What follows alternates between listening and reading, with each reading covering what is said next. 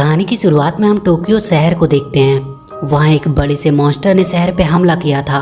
वहीं हम रायका नाम की एक लड़की को भी देखते हैं जो उस मॉन्स्टर से लड़ते लड़ते थक चुकी थी। वो बहुत घायल हो चुकी थी और वो उस मॉन्स्टर से छुपकर अपने आप को बचाने की कोशिश कर रही होती है।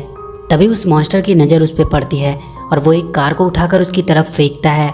तभी रायका का साथी क्रूनो आकर उस कार को उस पे गिरने से रोकता है और अपनी तलवार को लेकर उस मॉन्स्टर पे हमला करने लगता है। पर बहुत जल्द उसके एक जोर के हमले से क्रूनो दूर जाकर गिरता है। रायका उसके पास आती है और कहती है कि हम इसे नहीं मार पाएंगे, उनके पास अब उतनी पावर भी नहीं बची है। पर क्रूनो कहता है कि चाहे कुछ भी हो जाए किसी को तो इसे मारना ही होगा, नहीं तो ये पूरे शहर को बर्बाद कर देगा। और वो एक बार फिर से अपनी पूरी ताकत के साथ उस मॉन्स्टर पे हमला करने जाता है। वो उसके वार से बचता हुआ वहाँ पर ही अपनी बंदूक उठा लेता है और उस पर लगातार शूट करने लगता है, पर इसका कोई भी असर उस पर नहीं दिख रहा था। वो क्रूनो को अपने एक हाथ से उठाकर वहीं जोर से जमीन पे पटक देता है, पर कुछ देर बाद ही उस मॉन्स्टर का सर एक तरबूज की तरफ फट जाता है। यही उस गन की खासियत थी, उसके शूट करने के कुछ देर बाद उसका असर होता था।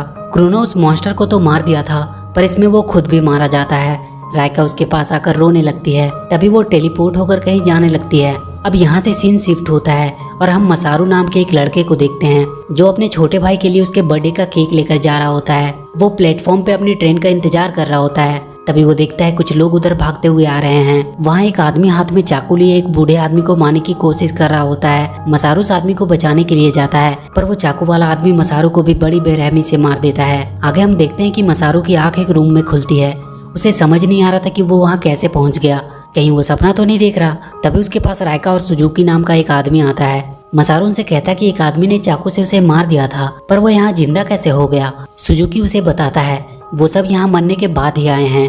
रायका को देखकर वो उसे पहचान जाता है क्योंकि वो टीवी की मशहूर एक्ट्रेस थी और एक कार एक्सीडेंट में मारी गई थी। सुजुकी उसे निशी नाम के एक लड़के से भी मिलवाता है। वो हमेशा गुस्से में ही रहता था। वहाँ एक और आदमी नया नया आया था, वो भी बहुत गुस्से में था क्योंकि उसे भी जाना था कि ये सब हो क्या रहा है। तभी वहाँ रखे एक ब्लैक कलर के ग्लोब में एक म्यूजिक बजने लगती है और उसमें उन्हें एक टास्क दिया जाता है। उन सबको नुरारियन नाम के एक मॉन्स्टर लीडर को मारना था, वो भी दिए गए टाइम में। मसारू सुजुकी से पूछता है कि इन सब का क्या मतलब है। वो उसे बताता है कि इस ग्लोब को गैंट्स बुलाते हैं और जो भी इंस्ट्रक्शन इसमें हमें दिया जाता है उसे हमें पूरा करना होता है। तभी अचानक वो ग्लोब खुलता है और उन्हें पहनने के लिए एक सूट दिया जाता है। सुजुकी उन सबको जल्दी से सूट पहनने को कहता है, पर वो नया आदमी बहुत गुस्से में था और वो उसे पहनने से इनकार कर देता है। तभी निशी अपनी बंदूक से शूट करके उसे मार देता है। वो कहता है कि वैसे भी ये आदमी कोई काम का नहीं लग रहा था। सुजुकी मसारू को बताता है कि वो लोग एक कभी ना खत्म होने वाले सर्वाइवल गेम में फंसे हैं। उसने न्यूज में देखा होगा कि कैसे मॉन्स्टर शहर में हमला करते हैं और ये लोग उन मॉन्स्टर से लड़ते हैं। उनकी टीम का सबसे स्ट्रॉन्ग मेंबर क्रूनो पिछली ही लड़ाई में मारा गया है। तभी उस ग्लोब में टाइमर शुरू हो जाता है और निशी टेलीपोर्ट होकर कहीं जाने लगता है। सुजुकी जल्दी से मसारू को सूट पहनने को कहता है। वो सब भी अब टेलीपोर्ट होने लगते हैं और वो सब टेलीपोर्ट होकर एक शहर के बीच पहुंचते हैं।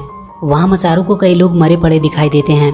तभी रायका वहाँ एक बोर्ड में देखकर कहती है कि वो लोग ओसाका शहर में हैं, जबकि हमेशा से वो लोग टोक्यो में जाते थे। वो अपने रडार में देखते हैं कि कोई चीज उनकी ओर बढ़ रही थी। एक ज़ॉम्बी उनकी तरफ भागता हुआ आ रहा था। निशी तुरंत अपने गन से उसे शूट करके मार देता है। मसारू ये देखकर काफी डरा हुआ था। वो गुस्से में उनसे कहता कि ये सब हो क्या रहा है, उसे सब कुछ जानना है। सुजुकी उसे बताता है कि उन्हें उन क्रिएचर से लड़ना पड़ता है। उनके दिए हुए टाइम के खत्म होने से पहले वहाँ के सारे क्रिएचर को उन्हें मारना होगा और अगर वो ऐसा नहीं करते हैं तो वो सब मारे जाएंगे। तभी उनके रडार में और बहुत सारे क्रिएचर्स उनकी ओर बढ़ते हुए दिखाई देते हैं। वो वहीं छुपकर देखने लगते हैं। उनके आसपास बहुत से ज़ॉम्बीज आ चुके थे और तभी बिना शरीर का एक बड़ा सा सर उन्हें दिखाई देता है जो उन पे हमला कर देता है। वो सारे वहाँ से भागने लगते हैं, पर बहुत जल्द रायका और सुजुकी पकड़े जाते हैं। मसारू उन्हें बचाने के लिए रुकता है और अपनी गन से उस बड़े से सर को शूट कर देता है, पर अचानक से वो सर उड़कर उसके ऊपर गिरता है, पर उसके मजबूत शूट की वजह से वो बच जाता है। तभी वो देखता है कि उस सर को किसी ने शूट किया है। उन्हें वहाँ से कुछ दूर पे अपने जैसे कुछ लोग दिखाई देते हैं। ये ओसाका शहर की टीम थी। इनके पास बहुत ही एडवांस्ड और पावरफुल हथियार थे। उस टीम के लोग उन तीनों को देखकर हंसने लगते हैं कि वो लोग इतने कमजोर होकर अभी तक जिंदा कैसे हैं। ओसाका टीम उन सारे ज़ॉम्बीज को बड़े ही आराम से मारने लगती है।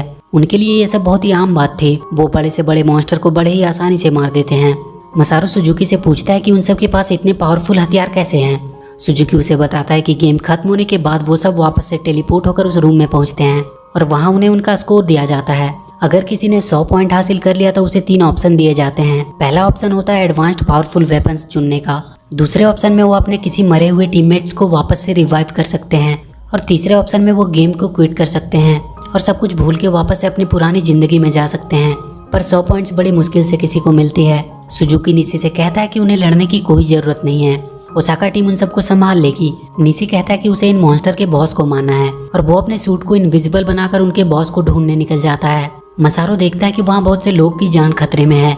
वो उनकी मदद के लिए जाने लगता है, पर सुजुकी उसे रोकता है और कहता है कि तुम अपनी जान क्यों खतरे में डाल रहे हो। पर वो कहता है कि वो कैसे किसी को मरता हुआ देख सकता है। रायका भी उसे रोककर कहती है कि हम उतने पावरफुल नहीं है कि सबको बचा पाए, पर मसारू फिर भी नहीं मानता है। तब सुजुकी उसे कहता है कि ये सब करने से पहले एक बार अपने भाई के बारे में सोच लेना कि उसके मरने के बाद उसका क्या होगा। वो उसे कुछ कॉइन्स देता है उसके भाई से बात करने के लिए। मसारू अपने भाई को फोन करता है और उसे कहता है कि वो बहुत जल्द उसके पास आ जाएगा। उसका भाई उससे शहर में हो रहे मॉन्स्टर हमले के बारे में पूछता है, पर मसारू उससे कह देता है कि उसे इन सब के बारे में कोई जानकारी नहीं है और वो फोन रख देता है। उसे वहाँ 2 लोग फंसे हुए दिखाई देते हैं जिसे एक बड़ा सा मॉन्स्टर मारने वाला होता है। वो अपने आप को रोक नहीं पाता है और उस मॉन्स्टर पे अपनी बंदूक से शूट करने लगता है, पर उसका निशाना चूक जाता है। वो मॉन्स्टर उसकी ओर बढ़ता है। वो अपने हाथ से ही उसे मारने लगता है। तब उसे उसके सूट की पावर के बारे में पता चलता है कि वो कितनी पावरफुल है, पर वो मॉन्स्टर उसे अपने मुंह से पकड़ लेता है और वो उसे खाने ही वाला होता है कि कोई उसे शूट करके उसे मार देता है। उसके पास ओसाका टीम की एक मेंबर आती है। वो उसे अपना नाम अंजू बताती है। वो उसे कहती है कि वो करना क्या चाह रहा था।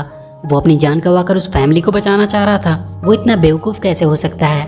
वहीं कुछ दूर पे 2 बुजुर्ग लोग अपने ग्रैंडसन के साथ फंसे हुए थे। एक बहुत बड़ा सा मॉन्स्टर उन्हें मारने वाला होता है।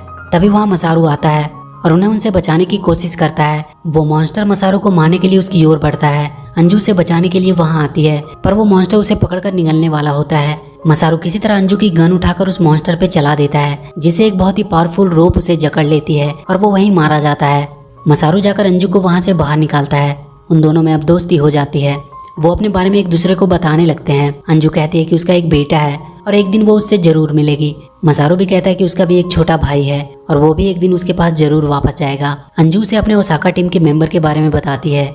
जॉर्ज उनकी टीम का सबसे बहादुर मेंबर था और इसने अभी तक 3 बार 100 पॉइंट्स हासिल किए हैं, और वहीं उनके दूसरे मेंबर नोबियान ने तो 5 बार 100 पॉइंट्स लिया है। वो भी कभी किसी से नहीं डरता है। पर एक और है जो इन सबसे ज्यादा पावरफुल है। उसका नाम है हचिरो ओका। उसने अब तक 7 बार 100 पॉइंट्स लिए हैं। वो हमेशा छुपा रहता है और सबसे आखिर में अपना पावर दिखाता है। तभी वहाँ एक समुद्र से एक बहुत बड़ा सा मॉन्स्टर निकलता है, जिससे लड़ने के लिए हचिरो आता है। वो एक बहुत बड़े सूट में था। वो उस मॉन्स्टर पे हमला करने लगता है। इधर उस शहर की पुलिस सुजुकी और रायका को पकड़ने लगती है कि वो लोग कौन हैं। तभी वहाँ एक और बड़ा सा मॉन्स्टर आता है और वो सारे पुलिस वाले को मार देता है। अंजू उस मॉन्स्टर का ध्यान अपनी ओर करवाती है और मसारू उस पे वही रोप वाली गन से शूट करता है, पर उसका उस पे कोई असर नहीं होता है। वो एक झटके में ही उसे तोड़ देता है। पर तभी जॉर्ज और नोबियान आते हैं और उसे अपनी गन से मार देते हैं। पर वो मॉन्स्टर बार बार उठकर खड़ा हो जा रहा था। वो नोबियान को अपने हाथों में पकड़कर पटकने लगता है। नोबियान किसी तरह उसे अपनी गन से शूट करके मार देता है, पर इसमें वो भी मारा जाता है। तभी उनकी तरफ चलता हुआ उन सारे मॉन्स्टर का लीडर आता है। जॉर्ज उसे अपनी तलवार से एक झटके में ही कई टुकड़ों में बदल देता है, पर वो वापस से जुड़ जाता है। वो फिर से उस पर हमला करने लगता है। जॉर्ज का एक भी वार उसे टच नहीं कर पा रहा था। जॉर्ज अपने सूट का पूरा पावर इस्तेमाल करके उसे पकड़ लेता है, पर वो एक बहुत बड़ी सी एक लड़की का रूप ले लेता है और जॉर्ज उसके अंदर ही समा जाता है। और कुछ देर बाद वो जॉर्ज का कटा हुआ सर उनके तरफ लुढ़का देता है। मसारू और उसके सारे लोग अपने गन से उस पर हमला करने लगते हैं और बहुत जल्द वो मारी जाती है। उसे निशी ने मारा होता है। वो बहुत खुश हो जाता है कि उसने बॉस को मार दिया, पर तभी वहाँ गिरे उसके खून से एक और बड़ा सा मॉन्स्टर बन जाता है। निशी भागने लगता है, पर उसके एक हमले में उसका एक हाथ कट जाता है। मसारू सबको लेकर वहीं पानी में कूद जाता है। इधर हचिरो जिस मॉन्स्टर से लड़ रहा होता है उसे वो किसी तरह मार देता है और उसके बाद वो इस नए मॉन्स्टर से लड़ने आता है।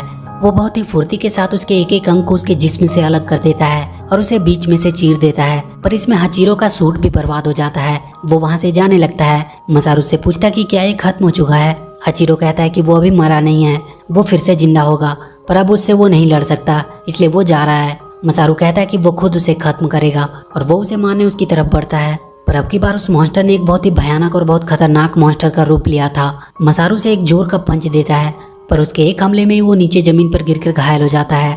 वो मॉन्स्टर उसे वहीं छोड़कर भाग जाता है। मसारू रायका और अंजू से कहता है कि वो ऐसे डायरेक्ट लड़कर उससे जीत नहीं पाएंगे, उन्हें छुपकर उस पर अचानक से हमला करना होगा। वो एक प्लान बनाते हैं कि वो जाकर उस मॉन्स्टर को अपनी बातों में उलझाएगा। अंजू और रायका छुपकर दूर से उस पर हमला करेगी, तब शायद वो उसे हरा पाए। वो अंजू और रायका को अपनी पोजीशन लेने को भेज देता है। तभी वो मॉन्स्टर मसारू के पास आता है। उसके हाथ में हचिरो का कटा हुआ सर होता है। मसारू उसके आगे अपने आप को सरेंडर कर देता है। तभी दूर से अंजू और रायका उस पर हमला करने लगती है। इस अचानक हमले से वो मॉन्स्टर संभल नहीं पाता है। वो लगातार उसे शूट किए जा रही थी, पर वो अपनी आंखों के लेजर से उन पे हमला करता है, जिसमें मसारू के दोनों पैर कट जाते हैं। ये देखकर अंजू उसे मारने उसके सामने आ जाती है, पर उसके उस लेजर बीम से वो 2 टुकड़ों में बंटकर मारी जाती है। पर तभी सुजुकी और निशी वहां आते हैं और निशी अपने एक हाथ से ही उस मॉन्स्टर के सर को 2 हिस्सों में काट देता है। पर अब भी वो मरने का नाम नहीं ले रहा था। तब मसारू वहां पड़ी जॉर्ज की गन उठाता है और लगातार गुस्से में उस पर शूट करने लगता है, जिससे उसे वापस से जिंदा होने का मौका ही नहीं मिलता है और वो आखिरकार मारा जाता है। गेम खत्म होने के बाद सब वापस से टेलीपोर्ट होकर वापस जाने लगते हैं, पर वहाँ रूम में सुजुकी, रायका और निशी ही पहुंचते हैं। उन्हें लगता है कि मसारू भी मारा गया, पर तभी वहाँ मसारू टेलीपोर्ट होकर आता है। टाइमर के खत्म होने के बाद वहाँ सबको उनका स्कोर दिखाया जाता है। मसारू को पूरे 100 पॉइंट्स मिले थे, इसलिए उसके सामने वो 3 ऑप्शन दिए जाते हैं। वो ऑप्शन 3 को चुनता है और अंजू को वापस रिवाइव कर देता है। रायका और सुजुकी उससे कहते हैं कि तुमने ऐसा क्यों किया, तुम वापस अपने भाई के पास भी जा सकते थे। मसारू कहता है कि वो अगली बार अपने भाई के पास चला जाएगा। पर यहाँ हमें सबसे बड़ी बात पता चलती है कि मसारू ने ये गेम पहले भी कई बार खेल चुका है। वो उन सब का लीडर था और हर बार उसे 100 पॉइंट्स मिलते थे, पर वो हमेशा अपने किसी साथी को रिवाइव करने का ऑप्शन ही चूज करता था। पर लास्ट गेम में उसने वापस अपने भाई के पास जाने का ऑप्शन चूज किया था, पर वहाँ भी वो दूसरों की मदद करने में फिर से मारा जाता है और वापस से इस गेम में आ गया था। और इसी के साथ ये मूवी यहीं खत्म हो जाती है। तो वीडियो अगर अच्छी लगी हो तो please do like and share the video and please subscribe to my channel and press that bell icon.